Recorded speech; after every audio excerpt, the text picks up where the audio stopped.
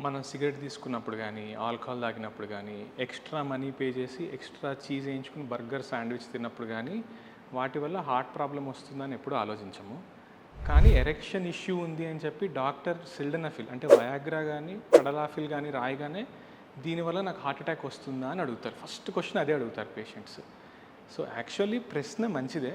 కానీ నిజానికి సిల్డెనఫిల్ వల్ల డైరెక్ట్‌గా హార్ట్ అటాక్ లాంటివి రావు.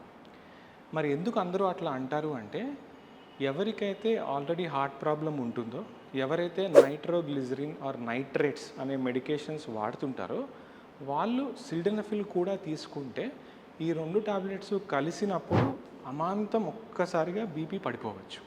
అది చాలా ప్రమాదకరం అనమాట. సో దానివల్ల సిల్డెనఫిల్ అనేది హార్ట్ పేషెంట్స్ వాడితే ఇబ్బంది అని చెప్పి వాడకూడదు అని చెప్తాము.